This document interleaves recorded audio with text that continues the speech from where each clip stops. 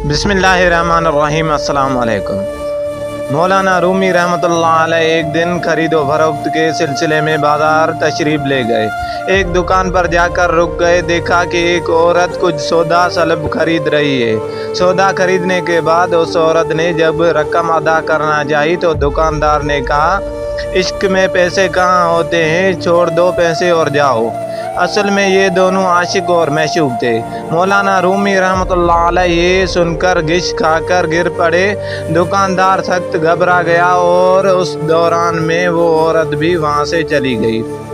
खासी देर बाद जब मौलाना रूमी रहमतुल्लाह अलैह को होश आया तो दुकानदार ने पूछा, मौलाना आप क्यों बेहोश हो गए? मौलाना रूमी रहमतुल्लाह अलैह ने जवाब दिया, मैं उस बात पर बेहोश हुआ कि तुम में और उस औरत में इश्क इतना कवी और मजबूत है कि दोनों में कोई हिसाब किताब नहीं, जबकि अल्लाह के साथ मेरा इश्क इतना कमज़ोर है कि मैं तस्बीह गिन गिन कर करता हूँ।